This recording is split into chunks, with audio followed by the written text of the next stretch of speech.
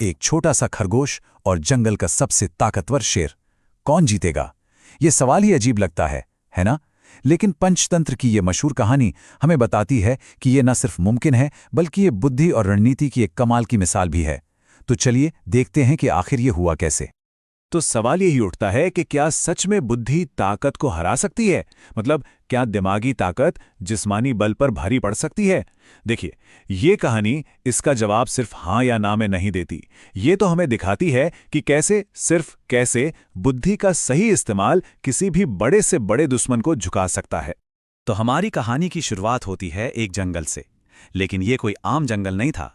ये था डर का जंगल। और इस डर की वजह एक बहुत ही घमंडी और ताकतवर शेर। वो शेर जो अपनी ताकत के नशे में इतना चूर था कि वो सिर्फ पेट भरने के लिए शिकार नहीं करता था। नहीं, वो तो अपने घमंड को, अपनी ईगो को शांत करने के लिए जानवरों को मारता था।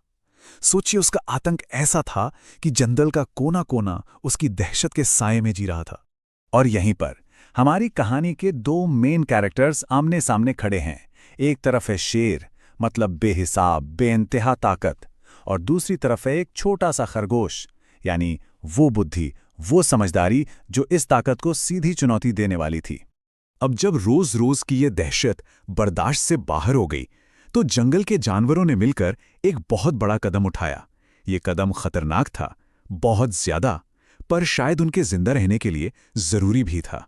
उन्होंने शेर के साथ एक समझौता किया। डील ये थी कि हर रोज एक जानवर खुद चलकर शेर के पास जाएगा उसका भोजन बनने, और बदले में शेर जंगल में बेवजह किसी और को नहीं मारेगा। मतलब ये एक बहुत ही दर्दनाक सौदा था जो उन्होंने अपनी जान बचाने की आखिरी उम्मीद में किया था।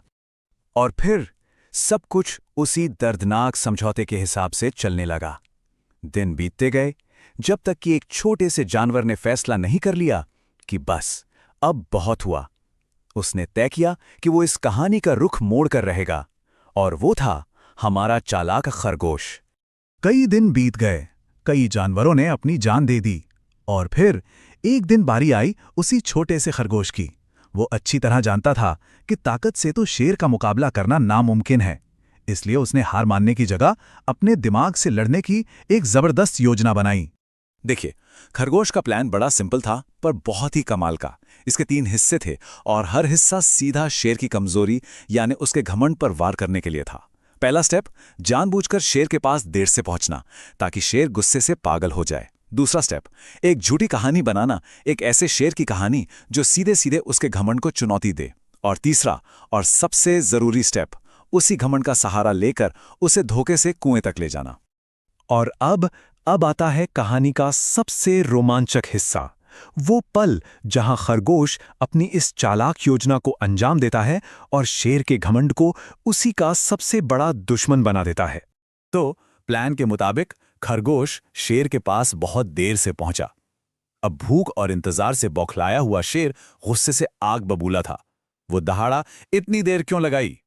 खरगोश ने एकदम डरे होने का नाटक किया और कांपती हुई आवाज में बोला, महाराज, मैं तो वक्त पर ही निकला था, पर रास्ते में मुझे एक और शेर ने रोक लिया, और वो खुद को इस जंगल का नया राजा बता रहा था। बस ये सुनना था कि शेर का घमंड भड़क उठा। क्या? मेरे जंगल में दूसरा शेर? उसे ये बात जरा भी बर्दाश्त नहीं हुई कि कोई उसकी ताकत को चुनौती दे। वो गुस्से से दहाड़ा, कहाँ है वो? अभी इसी वक्त ले चलो मुझे उसके पास। खरगोश मन ही मन मुस्कुराया। उसकी चाल कामयाब हो रही थी। वो शेर को जंगल के बीच एक पुराने और गहरे कुएं के पास ले गया और बोला, महाराज, वो दूसरा शेर इसी किले में छिपा बैठा है। घमंड और गुस्से में अंधे शेर ने एक पल भी नहीं सोचा और सीधा कुएं में झांक लिया। नीचे शांत पानी में उसे अपनी ही परछाई दिखाई दी, लेकिन उसका घमंड इतना बड़ा था कि उसने उसे सचमुच में अपना दुश्मन समझ लिया। अपनी परछाई को दूसरे शेर समझकर वो जोर से दहाड़ा। अब कुएं से उसी की दहाड़ की गूंज वापस आई। उसे लगा कि दूसरा शेर उसे जवाब दे रहा है, उसे ललकार रहा है। बस गुस्से में उसने चिल्लाकर कहा, मैं तुझे खत्म कर दूंगा। और बस इसी एक पल में शेर के घमंड और खरगोश की बुद्धि की ये लड़ाई अपने अंजाम तक पहुंच गई। अपने उस काल्पनिक दुश्मन को खत्म करने के जुनून में शेर ने कुछ नहीं सोचा। उसने आव देखा न ताव, और अपनी ही परछाई पर हमला करने के लिए सीधा कुएं में छलांग लगा दी। लेकिन कुएं में तो कोई था ही नहीं। शेर गहरे पानी में डूब गया और इस तरह एक छोटे से खरगोश की चतुराई ने, उसकी समझदारी ने पूरे जंगल को उस जालिम शेर के आतंक से हमेशा हमेशा के लिए आजाद करा दिया। तो इस कहानी से हमें सीख क्या मिलती है? सीधी सी बात है, असली ताकत जिस्म में नहीं दिमाग में होती है। समझदारी और सही प्लानिंग किसी भी पहाड़ जैसी मुश्किल को मिट्टी में मिला सकती है। ये कहानी हमेशा हमें याद दिलाती है कि जिंदगी की हर लड़ाई सिर्फ ताकत से नहीं जीती जाती। कभी कभी सबसे बड़ा हथियार एक शांत दिमाग और एक अच्छी सी योजना होती है। तो अगली बार जब भी कोई बड़ी मुश्किल सामने आए तो ये जरूर सोचिएगा कि शायद उसका हल ताकत में नहीं बल्कि सही सोच में छिपा है।